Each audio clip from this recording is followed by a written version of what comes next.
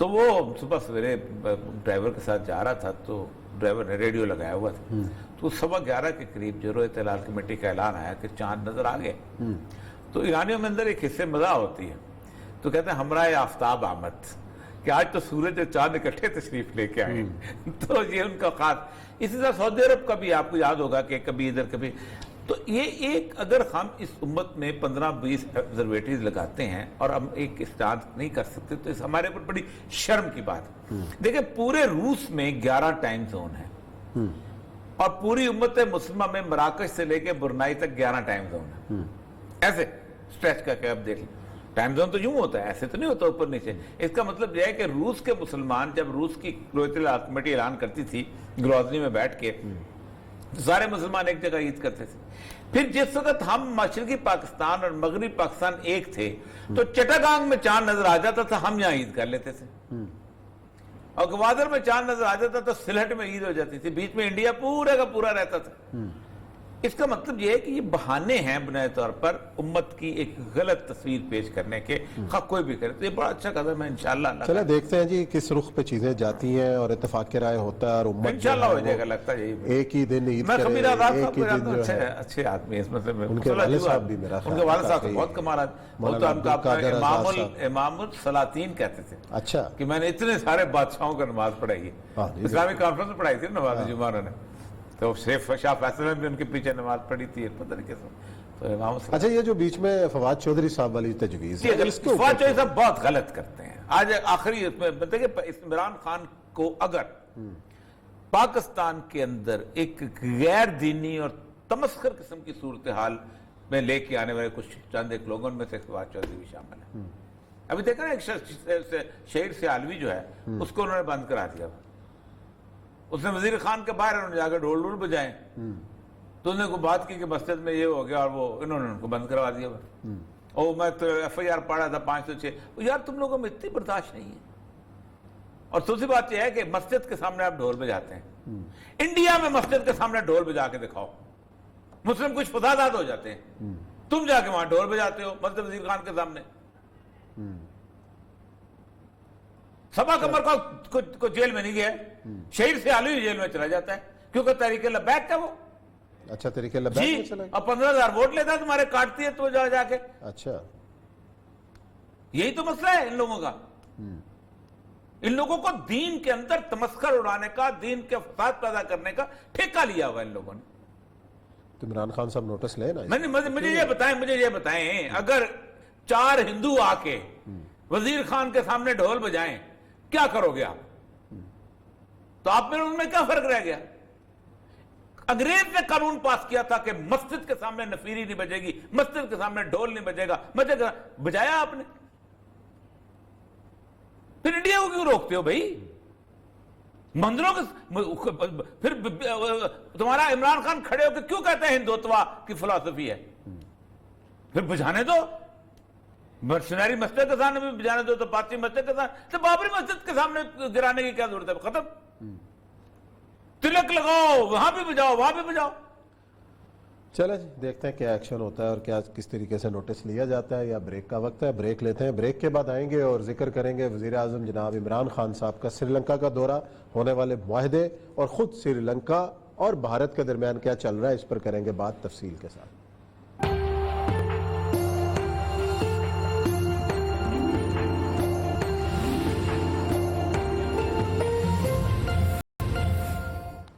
جی ناظرین بریک کے بعد خوش آمدید. اس سے پہلے کہ ہم وزیر اعظم کے سری لنکا کے دورے پر بات کریں، ایک اہم ایشو جو ابھی کی لیٹسٹ خبر یہ ہے کہ جو کل واقعہ پیش آیا تھا وزیرستان کے اندر، 4 ورکر خواتین کو قتل کیا گیا. آج جو آئی ایس پی آر نے بیان جاری کیا ہے کہ ایک سیکیورٹی آپریشن کے دوران جو اس واقعے میں ملوث دہشت گرد تھا اس کو مار دیا گیا ہے. گزشتہ کچھ عرصے سے وزیرستان اور اس سے قریب علاقوں میں سیکورٹی فورسز کے آپریشن میں اضافہ ہوا ہے. کئی اہم کامیابیاں بھی سمیٹی گئی ہیں. تمام تر صورتحال کا تجزیہ لیتے ہیں. ہمارے ساتھ موجود ہیں ممتاز تجزیہ کار رحیم اللہ یوسف زئی صاحب. السلام علیکم یوسف زئی صاحب. جی وعلیکم السلام. یوسف زئی صاحب یہ بتائیے گا کہ کل ایک مطلب اس قبائلی معاشرے کے اندر خواتین کے اوپر ہاتھ اٹھانا جو ہے نا ہمیشہ سے بڑا معیوب سمجھا گیا، اور اس جو دستکاری سے ریلیٹڈ جو خواتین تھیں جو لوگوں کو ٹرین کر رہی تھیں ان کو نشانہ بنایا گیا. 4 خواتین کو قتل کیا گیا. تو یہ کتنا بڑا اس معاشرے کے حوالے سے یہ واقعہ ہے، اور اس کے بعد جو آج کا آپریشن ہوا ہے اور اس ذمہ داران کو کٹہرے میں لایا گیا، ان کے خلاف کارروائی ہوئی ہے، ان کو بھی مارا گیا ہے، ذرا بتائیے گا کیا تفصیلات ہیں اس تمام تر صورتحال؟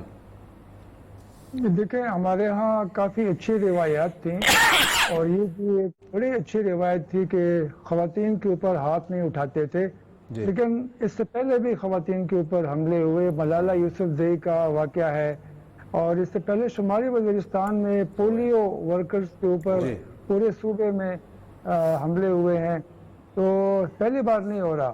لیکن یہ ہے کہ یہ خواتین جو ہیں یہ مہمان بھی تھیں، یہ بنو سے آئی تھی شمالی وزیرستان، اور وہاں پہ لوگوں کو سکلز یعنی سلائی اور کڑھائی کی سکلز جو ہیں وہ سکھا رہی تھی۔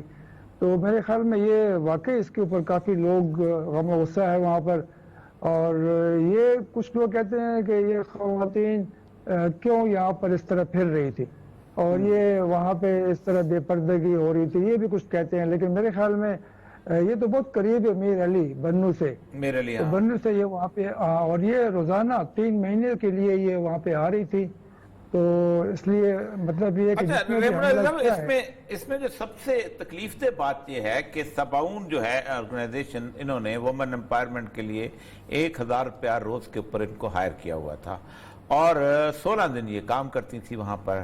لیکن تکلیف دہ بات یہ ہوئی، 1996 کی یہ آرگنائزیشن وہاں بنی ہوئی ہے، کہ اس کے بعد ان بیچاریوں کو کسی نے اون تک نہیں کیا وہاں پر، اور وہ این جی او جو ہے وہ انہوں نے کہا کہ یہ تو جسے کہتے ہیں کہ فارغ ہو گئی تھیں، ہمارے تو نہیں تھیں، حالانکہ وہ بیچاریاں جو آفس کے اندر گھستے ہوئے ہوا ہے۔ یعنی ایک خوف ہے، یا اتنی بڑی آرگنائزیشن جو وہاں محمد طارق صاحب آپ بھی جانتے ہوں گے، بڑے ایڈورڈ کالج کے پڑھے ہوئے، اور اس کے بعد بڑے عرصے سے، اور ان کی آپ کارپوریشن دیکھیں، ای یو کے ساتھ ان کی ہے، کیئر کے ساتھ، برٹش کونسل کے ساتھ، مرسی کور کے ساتھ، آکسفیم کے ساتھ، انٹرنیشنل آرگنائزیشن کا ایک جتھا ہے جو ان کو سپورٹ کرتا ہے۔ تو یہ بیچاریاں جو کہ جن میں سے 2 تو شادی شدہ تھی، جن کی ایک بیٹی ہے، اور اس کے ساتھ ساتھ یہ ہے کہ انتہائی غریب پسماندہ علاقے سے وہ تعلق رکھنے والی خواتین ہیں۔ یہ فینومینا جو ہے یہ کیا ہے؟ کیا ابھی تک واقعی ایک ایسی فضا نہیں بن سکی، یا کوئی ان روایات کے خلاف یہ کام ہوا تھا؟ دیکھیں، سباؤن جو ہے پشاور کی ایک تنظیم ہے، این جی او ہے، اور ان کا کہنا ہے کہ یہ ان کے لیے کام نہیں کر رہی تھی۔ یہ پشاور میں ایک اور ادارہ ہے، بریوو کالج آف ٹیکنالوجی، تو سباؤن کا ان سے معاہدہ ہوا، اور بریوو کالج آف ٹیکنالوجی نے پھر ان کو اپنے ہاں رکھا تھا، اور ان سے پروجیکٹ کے اوپر کام کروا رہے تھے۔ بریوو جو ہے انہوں نے اس کا اعتراف بھی کر لیا ہے، ان کے جو سربراہ ہیں فیاض خان، وہ کہہ رہے ہیں کہ یہ ہمارے ملازمین تھی، اور انہوں نے ان کو کافی جو ہے خرچ تحسین بھی پیش کیا ہے، اور وہ کہہ رہے ہیں کہ ہمیں جو ہے یہ کام ہم کر رہے تھے، سباؤن والے جو تھے وہ ابھی یہ کام نہیں کر رہے تھے۔ تو صورتحال تو یہ ہے، لیکن یہ دیکھنا ہے کہ بھائی ان حالات میں آپ نے ان کو وہاں بھیجا، اور وہاں پہ خطرات بھی ہیں، وہاں پر حملے ہو رہے ہیں، اور پھر یہ کہ ان کی تنخواہ بہت کم ہے، سیکیورٹی نہیں ہے۔ پولیس والے کہہ رہے ہیں کہ ہمیں کوئی اطلاع نہیں تھی کہ یہ لوگ آ رہے ہیں، ٹھیک ہے، اگر اطلاع کرتے تو ہم ان کو تحفظ دیتے۔ لیکن ریمنڈ صاحب دیکھیں، پہلی بات تو یہ ہے کہ وہاں ایک سوسائٹی ہے جہاں کے پریڈومیننٹلی میل سوسائٹی ہے، تو اگر آپ نے کرنا ہی ہے ہنر مندی سکھانی ہے تو پہلے مردوں کو ہی سکھا لیں، کم از کم وہ تو اس قابل ہو جائیں کہ ان کو کسی ایسی آپ نے دیکھا ہوگا، میں پشتون کلچر عمر گزاری ہے کہ اکثریت جو ہے وہ فراغت کی زندگی ہوتی ہے ان کی ٹرائبل سوسائٹی کے اندر، سارا کام تو بیچاری عورت کرتی ہے، پانی لینے سے لے کے اس کے بعد لکڑیاں کاٹنے سے لے کے بکریاں چلانے سے لے کے، یہ تو شاندار قسم کے کپڑے پہن کے اور سیاست پہ گفتگو کرتے ہیں اپنے ایک میجر سینٹرل ٹینٹ کے اندر بیٹھ کے۔ تو مردوں کو کم از کم پہلے کر لیتے ہیں، بجائے اس کے کہ ٹوٹلی ویسٹرنائز صورتحال میں وہاں سے خواتین کو لانا 1000 روپے پہ۔ تو کیا یہ این جی اوز کو ہمارے ہاں کلچرل نارمز کے حساب سے نہیں کام کرنا چاہیے؟ دیکھیں، ہمارے ہاں کچھ این جی اوز ہیں جو بالکل وہاں کی روایات اور وہاں کے جو کلچر ہے اس کی پرواہ نہیں کرتے، لیکن یہ ہے کچھ جو ہیں وہ پرواہ کرتے ہیں۔ اب دیکھیں نا، اس کے کئی طریقے ہو سکتے ہیں، یا تو آپ جو یہ ٹرینیز ہیں ان کو آپ بنو لے کر آئیں اور وہاں پہ ان کو سکھائیں بجائے شمالی وزیرستان جانے کے، اور پھر یہ ہے کہ آپ کو شاید شمالی وزیرستان میں بھی ٹرینرز مل جائیں گی، ٹھیک ہے، بجائے بنوں سے لے کے جانے کے آپ کو شمالی وزیرستان مل جائیں گی، یا شمالی وزیرستان کی جو خواتین بنوں میں ہیں یا پشاور میں ہیں ان کو وہاں لے جائیں، ان کا اپنا گھر ہوگا، وہاں پہ رہیں گی۔ تو پھر یہ بھی تک کہ بھائی وہاں پہ جو پولیس ہے، فوج ہے، ان سے آپ رابطے میں رہیں، ان سے آپ سیکیورٹی مانگیں۔ تو یہ کافی چیزیں میرے خیال میں اس میں غلطیاں ہوئی ہیں، اور ایک موقع مل گیا دہشت گردوں کو کہ وہ حملہ کرے، صحیح بات، اور یہ اتنا بڑا سانحہ ہو گیا۔ اچھا رحیم اللہ صاحب یہ بتائیے گا، یہ تو چلو واقعہ ہوگا، اس سے پہلے بھی کئی واقعات ایسے ہوئے، ایسے لگ رہا ہے کہ جیسے ہی ٹرمپ حکومت ختم ہوئی ہے، نئی امریکی انتظامیہ کے بعد ان علاقوں پہ جو ہے نا در اندازی بھی اور ایسے واقعات میں اضافہ ہوا ہے۔ کوئی ایجنڈا ہے دہشت گردوں کا کہ ایک دم سے دونوں وزیرستان کے علاقے جو ہے وہ گرم کیے جا رہے ہیں؟ دیکھو ایک بات تو یہ ہے نا کہ جب سے یہاں پہ 2014 میں ضرب عضب کی بڑی فوجی کارروائی ہوئی تو اس کے بعد یہ جو سارے ملیٹنٹس تھے یہ افغانستان فرار ہو گئے تھے، اور یہ کوشش کر رہے تھے ہمیشہ سے کہ افغانستان کی سرزمین سے پاکستان میں حملے کریں۔ اب سردی کا موسم ذرا کم ہوا ہے، کچھ موسم بہتر ہوا، تو ایک تو یہ وجہ بھی ہے کہ ان کا آنا جانا آسان ہو گیا ہے۔ دوسرا یہ ہے کہ میرے خیال میں مکمل طور پر یہ کبھی بھی ختم نہیں ہوئے، یہاں پہ ان کی جڑیں ہیں، یہاں پہ ان کے حمایتی ہیں، سہولت کار ہیں، سلیپر سیل موجود ہیں۔ جب وہ شہروں میں حملہ کر سکتے ہیں تو پھر شمالی وزیرستان پہ حملہ کرنا نسبتاً آسان ہے، وہ تو بالکل قریب ہے افغانستان کے خوست اور پکتیکا کے صوبے کے، اور جنوبی وزیرستان جو ہے وہ بھی بالکل بارڈر کے اوپر، تو وہاں پہ کبھی بھی مکمل طور پر امن بحال نہیں ہوا، وہاں پہ ملیٹنٹس کی جڑیں ہیں۔ اور دوسری بات یہ ہے کہ وہاں پر چونکہ کافی لوگ بے گھر ہوئے، بے گھر لوگوں کی جب واپسی ہوئی اس کے ساتھ ہی میرے خیال میں کافی ملیٹنٹس بھی آ گئے اور وہ ابھی حملے کر رہے ہیں۔ اچھا رحم اللہ صاحب، آپ چونکہ ایک ٹرائبل آدمی ہیں، ٹرائبل سوسائٹی میں ہم ایک لفظ استعمال کرتے ہیں سہولت کار، حالانکہ ٹرائبل سوسائٹی کی جو اخلاقیات ہیں، نارمز میں یہ ہیں کہ بندہ قتل کر کے بھی اگر قبیلے کا آ گیا ہے اور پتہ ہے کہ وہ مجرم ہے تو مجرم جو ہے اپنی زندگی گزار جاتا ہے وہاں پر اور وہ وہاں پر بیٹھا رہتا ہے، یہ ایسی نارمز ہیں کہ جو ان کی ٹرائبل افینٹی کو کرتی ہیں۔ ہمارا مسئلہ یہ ہے کہ ہمارے ہاں ایڈمنسٹریشن میں بھی کبھی ان نارمز کے حوالے سے ان کو ساتھ ملانے کی کوشش نہیں کی گئی یا ان کی معافی تلافی کی اس طرح کوشش نہیں کی گئی۔ ہم ان کو بھی ایسے ہی سمجھتے ہیں جیسے کراچی کا کوئی سہولت کار ہے یا لاہور کا سہولت کار ہے یا کوئی مطلب یہ ہے کہ اپنا فیصل آباد کا سہولت کار ہے۔ تو وہ تو ہم نے تو دیکھا ہے صدیوں سے قتل مقاتلے چلے آ رہے ہوتے ہیں، اور وہ اپنا وہ غلطی سے بھی قتل ہو گیا تو قبیلے والا اس کو ساتھ دیتا ہے۔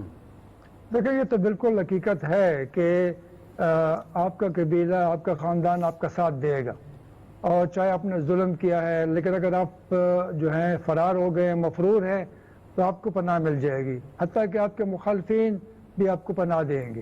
یہ یہاں کی ایک روایت بھی ہے۔ لیکن یہ ہے کہ اس میں دیکھیں یہ جو ابھی گیم ہو رہی ہے یہ بہت بڑی گیم، یہ ایسا نہیں ہے کہ یہ چھوٹی چھوٹی باتیں، یہ تو بڑی ایک افغانستان ہے، پاکستان ہے، امریکہ ہے، دہشت گردی ہے، باہر سے سپورٹ آ رہی ہے، اور یہ جو لوگ دہشت گردی کر رہے ہیں ان کے لیے اور کوئی راستہ بھی نہیں ہے۔ یعنی اب یہ واپس کیسے آئیں گے؟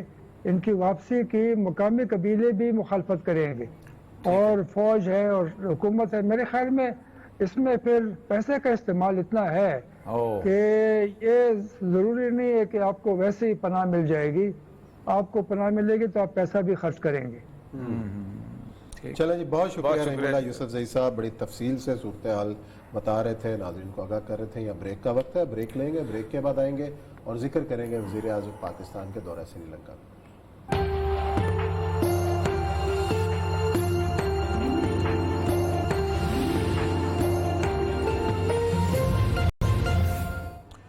جی ناظرین، بریک کے بعد خوش آمدید۔ وزیر اعظم سری لنکا میں ہیں اور وہاں پہ اہم معاہدے ہوئے ہیں، دو طرفہ بات چیت ہوئی ہے۔ وزیر اعظم کا دورہ سری لنکا اور جو سری لنکا کے ساتھ بھارت اور بھارت نے جو سری لنکا کے ساتھ کیا ہے، اور یہ سب گزشتہ دنوں میں جو اسٹریٹجک پارٹنرشپ چین کی سری لنکا کے ساتھ چل رہی ہے، یہ کیا خطے میں ہے اور وزیر اعظم کا دورے کو کس طریقے سے ان چیزوں سے ریلیٹ کیا دیکھیں 26 سال سری لنکا نے خانہ جنگی لڑی ہے، اور 2009 میں سری لنکا جو تھا اس میں خاتمہ ہوا ہے، اور اس خاتمے کے اندر سب سے اہم بات یہ تھی کہ پاکستان کا بہت بڑا رول تھا۔ پاکستان کی جو اسٹریٹجک پلاننگ کے لوگ تھے وہ وہاں گئے تھے، اور بہت پاکستان کے سری لنکا کے لوگ بہت زیادہ ممنون ہیں۔ یہی وجہ ہے کہ کووڈ کے دوران وہاں کی انہوں نے بل پاس کیا تھا کہ مسلمانوں کی جو ہے میتوں کو دفن نہیں کیا جائے گا، جلایا جائے گا، جس میں عمران خان صاحب نے ان کو کہا تو انہوں نے باقاعدہ پاکستان کا یہ احترام کیا اور ان کو الاؤ کیا گیا کہ اس وقت جو دنیا کے اخبارات میں جو سب سے امپورٹنٹ چیز ہے وہ یہ ہے کہ 4 جو بڑی پارٹنرشپ، 4 بڑے ملکوں کی پارٹنرشپ کے سامنے نکلی ہے، اور یہ میرے سامنے انٹرنیشنل پریس کی چیزیں پڑی ہوئی ہیں۔ چائنا، میانمار یعنی برما، سری لنکا اور پاکستان۔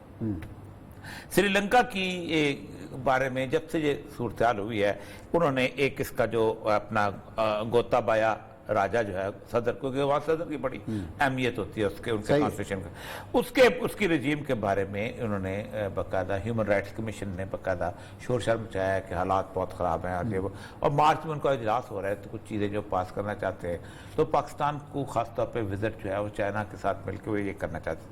دوسرا، ان کو یہ پتا تھا کہ ہمارے خلاف وہاں پر انڈیا لابی کر رہا ہے، لیکن انڈیا چونکہ وہ رپورٹ آئی ہوئی ہے تو انڈیا خود تھوڑا سا ڈاؤن ہے، تو انہوں نے یہ کیا، جیسے ہی رپورٹ آئی ہے انہوں نے سب سے پہلا یہ کام کیا کہ اڈھانی گروپ تھا انڈیا کا جو وہاں پورٹ بنا رہا تھا، اس کا معاہدہ منسوخ کر دیا، اور کو $2 بلین کا معاہدہ جو ہے وہ انہوں نے چائنا کے ساتھ کر لیا کہ جو وہاں پر کرے گا۔ اب اس صورتحال میں انہوں نے یہ کہا ہے اس وقت کہ چائنا نے اس وقت یہ جو پورے کا پورا سری لنکا ہے اس کو اپنا BRI کا جو مین اس میں آؤٹلیٹ، ایک تو یہ ہے نا چائنا کا انٹرنل جاتا ہے، ایک یہ ہے کہ چائنا جب اس وقت وہ اپنے اس کا ایک پروونس ہے یونان چائنا کا، اس یونان سے جب وہ برما میں نیچے آئیں گے تو برما سے آتے آتے ان کو ایک سٹاپ اوور چاہیے تھا، تو بیچ میں تو انڈیا آتا ہے، تو وہ خلیج بنگال سے کٹ کر کے سیدھا جب سری لنکا میں پہنچے گا، سری لنکا کا بہت زبردست جگہ، تو اس سے معاملے میں ایک زمانہ آپ کو یاد ہوگا کہ ایک ان کی پوسٹ ہبن توتا، اس پوسٹ کے اوپر باقاعدہ 2017 میں ہنگامے کرائے گئے تھے، اور امریکہ نے باقاعدہ شور مچایا تھا اس زمانے میں کہ چائنا بیسیکلی اس سری لنکا کو ایک پیسہ دے کے سود کے غلامی میں جکڑ رہا ہے۔ لوگ کون کہہ رہے ہیں؟ امریکہ کہہ رہے ہیں، وہ جو IMF کہتا ہے جس سے پوری دنیا کو جھگڑا ہوا ہے کہ اپنے اس کو استعمال کرو، تو چائنا نے کہا تھا کہ نہیں ہمارا سری لنکا کا ریلیشن شپ ایسا نہیں ہے کہ اس کا آپ سوچتے، اسی لیے چائنا نے اس فار ایسٹ کے اندر اپنے سارے ان دوستوں کے ساتھ تعلقات جو ہیں ان کو کہا بس ٹھیک ہے بسم اللہ، تھوڑے تھوڑے جو کرنا ہے، مثلا ملائیشیا ہے، مثلا فلپین ہے، مثلا اور دوسرے چھوٹے چھوٹے ملک، ان کو پتا تھا اس کی ہمیں ضرورت نہیں پڑے گی، اگر ہم یہ کاٹ لیتے ہیں سارے کے سارے راستے کو اس طرف سے جو کہ بلاکا والا جو ہے جو کینٹن کی بندرگاہ سے نیچے آتا ہے، اور پھر اس کے بعد ڈیگو گارشیا اور یہ کرتے کراتے جو انڈونیشیا کے جزائر سے ہوتے ہوئے سری لنکا آئے گا، تو وہ تو پورا کئی 1000 کلومیٹر کا راستہ جو ہے وہ اس کا بچ جائے گا، تو وہ انہوں نے سری لنکا، اسی لیے آپ کو میں نے ہم نے پروگرام بھی کیا تھا کہ میانمار کے اندر وہ رسک نہیں لے سکتے۔ یہی صورتحال جو ہے اس وقت اس کی ہے، یہ گوتابایا جو ہے اس کی رجیم کی، اور یہ اس کو کہتے ہیں کہ جی وہ کرتے جو ہیں کہ اسٹیبلشمنٹ جو ہے وہ وہی بات ہے کہ وہ فورس استعمال کرتی ہے۔ یہ دیکھیں نا، human right watch report 2021 has projected a deteriorating human rights footprint. The Gotabaya Rajapaksa regime questioning militarization, forced cremation, long neglected Tamilian grievances and few other cases. اچھا اب آپ اندازہ کریں عثمان صاحب، فورسڈ کریمیشن کہتے ہیں آگ میں جلانے کو، ٹھیک ہے، یہ یورپ کو کہاں سے دکھ پہنچ گیا مسلمانوں کی قبروں میں دفن نہ ہونے کا کہ وہ اس کے اوپر الزام یہ لگایا گیا کہ زبردستی مردے جلاتے ہیں، یہ ہیومن رائٹ وائلیشن ہو رہی ہے، ٹھیک۔ اب جب ان کا مسئلہ ہوتا ہے اپنا تو وہ مسلمانوں کے امیج کو لے کے تو اس کے اوپر کر رہے ہیں۔ اصل مسئلہ یہ ہے کہ اس سارے سینیریو کے اندر عمران خان کا visit it's the most important visit at the moment، کیونکہ جو لوگ یہ سمجھتے تھے کہ اس پورے خطے سے امریکہ جو ہے اس کی اجارہ داری جو ہے وہ قائم رہے گی اور ہم کر سکتے ہیں، وہ ختم ہو گیا۔ اور دوسری چیز یہ ہے کہ اس میں انہوں نے یہ کہا ہے کہ Imran Khan is going as a international press سے کہہ رہی ہے، اور انڈیا میں تو یہ کہہ رہے ہیں کہ عمران خان بیسیکلی چائنا کے طوطے کی حیثیت سے وہاں گیا ہے، چائنا کے اسپوکس پرسن کی حیثیت سے گیا ہے، چائنا کے ایجنٹ کی طرح، پورا آج انڈیا کا میڈیا یہی کیا کہ وہ وہاں جا کے انڈیا کے خلاف ایک محاذ بنا رہا ہے۔ اور سب سے بڑی بات یہ ہے کہ سری لنکا اور نیپال اور بھوٹان ان جیسے ملکوں سے انڈیا پہ حملہ کرانا چاہتے ہیں تاکہ انڈیا کی توجہ پاکستان سے دور ہو جائے، لیکن ہم انڈیا پاکستان کے ساتھ دیکھ رہے ہیں۔ لیکن انڈیا کو آپ دیکھیں نا، اگر آپ دیکھیں تو انڈیا چاروں طرف سے گر گیا، صرف ایک بنگلہ دیش ایسی جگہ ہے کہ جہاں پر صورت ہے، لیکن بنگلہ دیش کا میں نے الجزیرہ کی رپورٹ آپ کے سامنے اس دن رکھی تھی کہ بنگلہ دیش کے جو کرائسس انہوں نے ہنگری والا اور جب ملیشیا والا پٹ اپ کیا ہے، اور ڈیٹا بیسیکلی آپ دیکھیں کہ الجزیرہ کس کا ہے؟ قطر کا، اور قطر کے اندر جو انفلوئنس ہے، اور الجزیرہ کی رپورٹ کے اوپر بڑا شور مچا تھا، اس کو پی بھی گئے ہیں، اس رپورٹ کو انٹرنیشنل پریس پی گیا ہے، کیونکہ بنیادی وجہ یہ ہے کہ وہ چاہتے ہیں کہ بنگلہ دیش میں جس قسم کی گورنمنٹ ہے پرو انڈین، وہ پرو انڈین جو ہے وہ قائم رہے۔ لیکن یہ بہت بڑی انیشیٹو ہے، اور آپ خود سوچیں کہ سری لنکا کی ٹیم پہ حملہ بھی ہوا تھا، اس کے باوجود بھی سری لنکا کی سب سے پہلی ٹیم تھی جو پاکستان آئی اور انہوں نے تو یہ ہے وہ اصل میں بیسیکلی انڈیا دشمنی، جس کے تحت وہ کہتے ہیں کہ ہمارا خون ہماری سرزمین پہ بہایا، انہوں نے ٹیملز کو سپورٹ کیا، جافنا کے علاقے کے اندر باقاعدہ فورسز اتارے، اور خود راجیو گاندھی اسی چکر میں مارا گیا۔ مطلب راجیو گاندھی، آپ خود دیکھ رہے ہیں جب آپ کسی کا ملک میں آگ لگاتے ہیں تو آپ کا اپنا ملک تو نہیں بچ سکتا نا۔ آپ نے وہاں ٹامل نیشنلزم کی صورتحال بلٹ اپ کی، سنہیلیز کے خلاف آپ نے کھڑے ہوئے، وہ جو سارے کا سارا وہ فورس تھی، وہ سنہیلیز کو گورا نہیں چھیڑتا تھا۔ آپ کو یاد ہے اس کو سلون ریڈیو جو تھا، یہ one of the best possible locations as for the radio is concern. آپ ومین سیانی کے سنتے ہوں گے، ایک تہذیب کا رنگون اور سلون، یہ دونوں انہوں نے علاقے جو تھے آؤٹر سکرٹس میں رکھے ہوئے تھے، اور دونوں کو انہوں نے خاص طور پہ مین لینڈ سے علیحدہ کر کے رکھا تاکہ اپنے طور پہ انڈیپینڈنٹلی کام کرتے رہیں۔ وہی رنگون اور سلون اور چین اور پاکستان وہ یوں اکٹھے ہوتے چلے جا رہے ہیں، اور یہ راستہ بنتا جا رہا ہے، یہ چلے جا رہے ہیں اور راستہ بنتا بھی چلا جا رہا ہے۔ لیکن جو دوسری فورسز ہیں، جو ڈسٹیبلائزیشن کی فورسز ہیں، اور جو وہ سر اس سے بات کریں گے کل انشاءاللہ نذیر، جو اس نے مائک پومپیو نے ایک ٹویٹ کیا کہا ہے اس نے؟ مائک پومپیو نے کہا ہے کہ ہم نے امریکہ کی ایک تاریخ ریٹرن، صحیح بات، ہم نے پہلی دفعہ ایسا کیا ہے کہ امریکہ کو اپنے بہت کم سپاہی دنیا سے باہر بھیجنے پڑے، صحیح ہے، اور ہمارے خلاف سیکولر، لبرل اور لیفٹسٹ، یہ سارے ہمارے خلاف ہیں، اور یہ سارے کے سارے جو ہیں یہ چاہتے ہیں وار، یہ سارے چاہتے ہیں ظلم، یہ سارے چاہتے ہیں بربریت۔ ہم نے تاریخ مرتب کی ہے، اور ہمارے زمانے میں سب سے کم لاشیں آئی ہیں امریکہ میں، ہمارے زمانے میں سب سے کم لاشیں گرائی ہیں امریکہ نے۔ اب دیکھ لیں طالبان کے زمانے بہت کم، آپس میں لڑتے رہے ہوں گے، شاید سیریا، پورے کا پورا سیریا کا علاقہ جو آپ کبھی کسی سوچا تھا حلب پیسفل ہو جائے گا، کبھی کسی سوچا تھا ادلب پیسفل ہو جائے گا، کبھی کسی نے سوچا تھا پاکستان جہاں جہاں پر تھی اب وہ واپس نہیں آ رہے، وہ تو بشار الاسد کا غلادت ہے نا، یا عراق کی گورنمنٹ کی، لیکن وہ انہوں نے ڈسٹ سیٹل کر لی تھی وہاں سے نکل کے۔ اس کا مطلب یہ ہے کہ وہ اس نے کہا تھا کہ ہمارا امیج جو ہے تو ٹھیک ہوا تھا، اب وہ کہتا ہے کہ سینچریز تک ایک گنا جائے گا، اور لگتا یہی ہے کہ بس دیکھو اس پہ کل بات کریں گے انشاءاللہ، چلیں تفصیل سے بات کریں گے، اور ایک ایف اے ٹی ایف کا معاملہ بھی ہے، اور یہ سب وہ بڑا امپورٹنٹ ہے، چل رہی ہے، اس معاملے کو بھی دیکھنا پڑے گا کہ کیا ہوتا ہے۔ ناظرین، پروگرام کا وقت ختم ہوتا ہے، کل انشاءاللہ نئے موضوعات کے ساتھ آپ کی خدمت میں حاضر ہوں گے، اپنا خیال رکھیے گا، اللہ حافظ۔